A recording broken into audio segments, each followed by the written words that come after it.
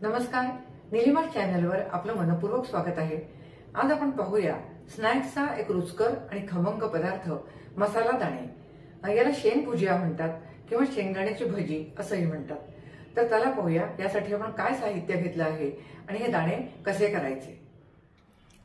एक बाउल शेंगदाणे म्हणजे वजनी साधारण 150 ग्रॅम हे शेंगदाणे आहेत। ह्याच बाउलनी 3/4 हे बेसन पीठ, 1 चमचाभर तांदूळाचं पीठ घेतलेलं आहे आणि अगदी अर्धा चमचा कॉर्नफ्लॉवर घेतलेला आहे। चवीपुरतं मीठ, आमचूर पावडर, जिऱ्याची पावडर, लाल तिखट, थोडीशी हळद आणि 1 ते 1.5 चमचा साखर घेतलेली आहे। तळण्यासाठी तेल लागेल आणि 2 चमचे तेल आपल्याला हे जेव्हा पीठ मिक्स करू त्यावेळेला त्याच्यात मोहन म्हणून लागेल। आता प्रथम आपल्याला शेंगदाणे अर्धा तास भिजवून घ्यायचे आहेत।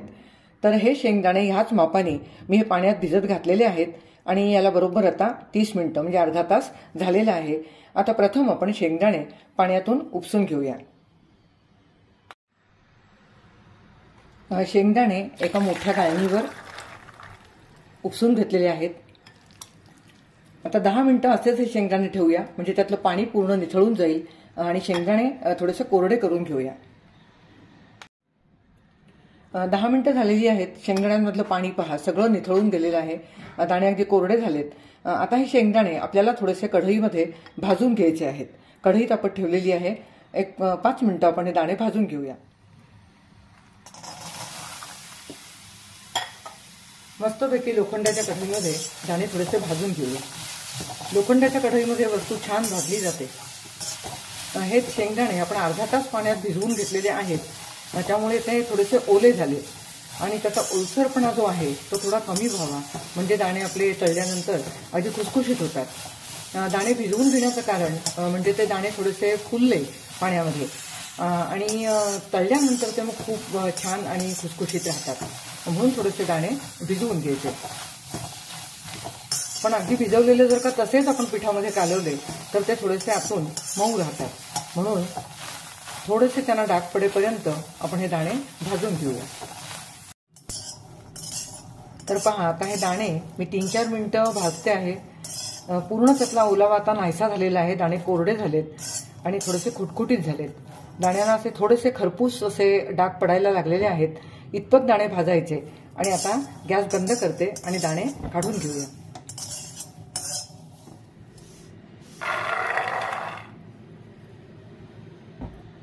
दाणे अगदी हलकेसे भाजून घेतलेले आहेत। आपण दाण्यांचा कूट करताना जेवढे खमंग दाणे भाजतो तेवढे दाणे भाजायचे नाहीयेत, कारण ह्याचे 2 भाग होता कामा नये, दाणा अख्खा राहिला पाहिजे। आता हे दाणे व्यवस्थित थंड होऊ दे, तोपर्यंत आपण ह्यासाठी लागणारा मसाला तयार करून घेऊया। आता तयारीत आपण थोडीशी साखर घेतली होती। त्या साखरेमध्ये थोडंसं पाणी घालते। हे साखरेचं पाणी आपल्याला दाणे पिठामध्ये कालवताना लागणार आहे, तर ते थोडंसं मी पाणी घालून ठेवलेलं आहे आणि आपलं पीठ तयार होईपर्यंत ही साखर विरघळेल। आता हे असंच बाजूला ठेवूया। एक बाउल घेतलेला आहे। आता यामध्ये आपण पीठ तयार करून घेऊया। प्रथम घेतलंय बेसनाचं पीठ, तांदूळाचं पीठ 1 चमचा, 1 ते 1.5 चमचा,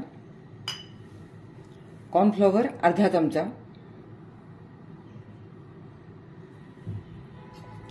लाल तिखट 2 चमचे, तिखट तुमच्या आवडीप्रमाणे घाला।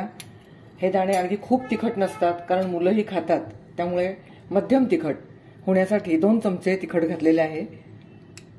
अर्धा चमचा जिऱ्याची पावडर,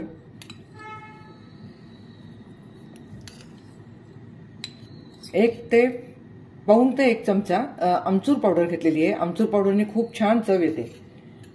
दाणे तळून झाल्यानंतर तुम्हाला थोडासा चाट मसाला जरी दाण्यांवर भुरभुराचा असेल तरी सुद्धा चव छान येते। अगदी अर्धा चमचा हळद घातली रंगासाठी। हळद खूप घालायची नाही, नाहीतर मग दाण्यांना थोडा काळपट रंग येतो। मीठ 2 ते 2.5 चमचे घालणार आहे, कारण हे जे तळणीचे चमचमीत पदार्थ असतात ते चवीला अगदी रुचकर होणं अगदी गरजेचं असतं, नाहीतर मग त्याची चव लागत नाही चांगली। म्हणून मीठ आणि तिखट या पदार्थांना अगदी व्यवस्थित लागायला हवं। 2 ते 3 चमचे तेल घालूया मोहन म्हणून। हा आपला पोहे खाण्याचा चमचा आहे, त्याने मी 3 चमचे तेल घातलेलं आहे. 150 ग्रॅम शेंगदाण्यांसाठी बेसनाचं पीठ साधारण वजनी 75 ग्रॅम घेतलेलं आहे. म्हणजे जरी पाऊण बाऊल असला तरी ते वजनी 75 ग्रॅम आहे. आता हे पीठ आपण व्यवस्थित अगदी हाताने असं मिक्स करून घेऊया. पीठ हातानेच मिक्स करून घ्या शक्यतो. चमच्याने वगैरे ढवळलं तर त्यातल्या तेलाचे जे क्रम्स आहेत पिठामध्ये मिक्स झाल्यानंतर ज्या अशा गुठळ्या होतात त्या मोडणार नाही. त्यामुळे हे पीठ शक्यतो अगदी हाताने व्यवस्थित मिक्स करून घ्या.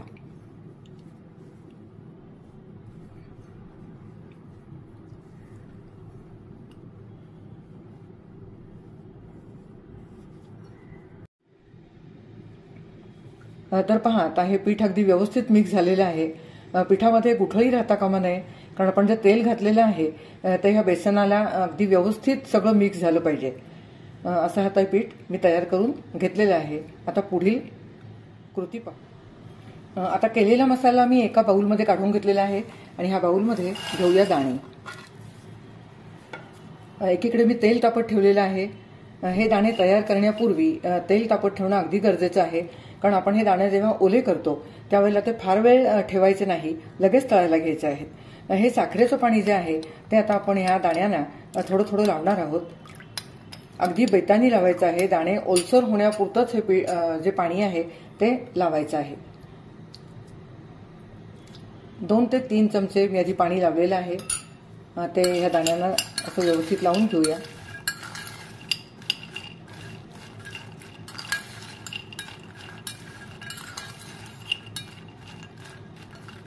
आणि आता यावर घालूया थोडा थोडा हा तयार केलेला मसाला.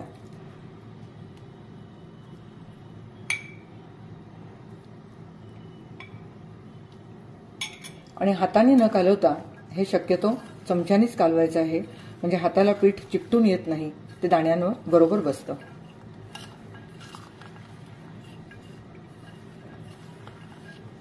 आता 2-3 मिनिटं आपण असंच थांबूया, कारण पुन्हा आपल्याला एक कोट पिठाचा या दाण्यांवर द्यायचा आहे. तर 2-3 मिनिटं हे दाणे असेच राहू दे. म्हणजेच आपण पहिला जो पिठाचा थर घातलेला आहे तो थोडासा सुकला की मग त्यावर दुसरा थर. आता 2-3 मिनिटं झालेली आहेत. पुन्हा हे आपण 2-3 चमचे पाणी या दाण्यांवर शिंपडून घेऊया.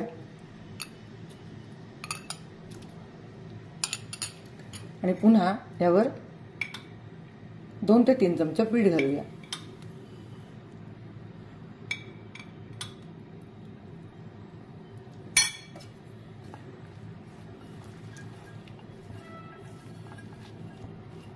पुन्हा अगदी हलक्या हाती हे ढवळून घेते आहे. ही क्रिया आपल्याला अजून एकदा करायची आहे.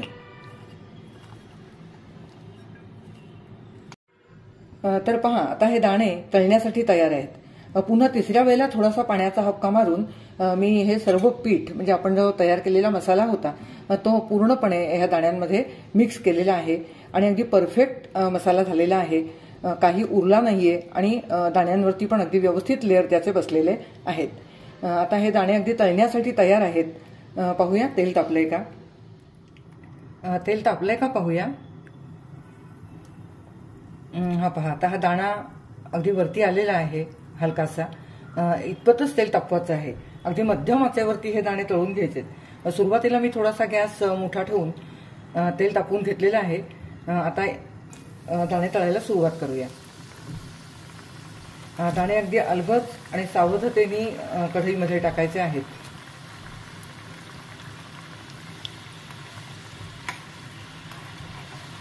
हे दाणे तळायला अगदी पेशन्स लागतात, कारण अगदी मध्यम आचेवर आणि सावकाशपणे हे दाणे तळायचे असतात आणि सतत फिरवत राहायचे असतात कढईमध्ये. हे दाणे तळताना मी एकीकडे चहा पण ठेवलाय बरं का, कारण अशा रुचकर स्नॅक्स बरोबर चहा हवाच.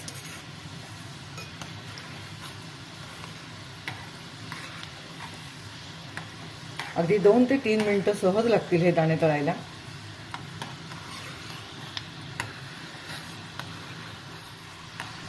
पहा, आता 2-3 मिनिटं झालेली आहेत आणि दाण्यांचा रंग छान असा गोल्डन रंग आलेला आहे दाण्यांना.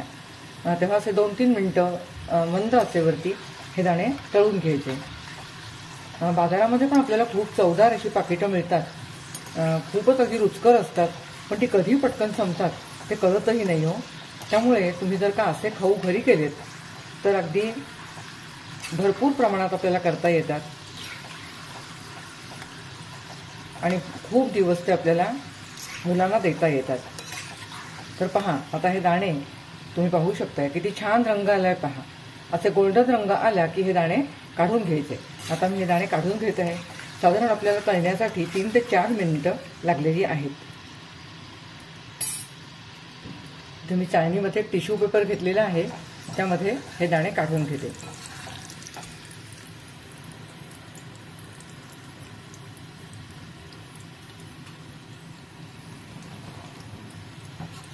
आणि आता याचप्रमाणे आपण पुढील सर्व दाणे तळून घेऊया. तळण्यासाठी थोडासा वेळ द्यायचा.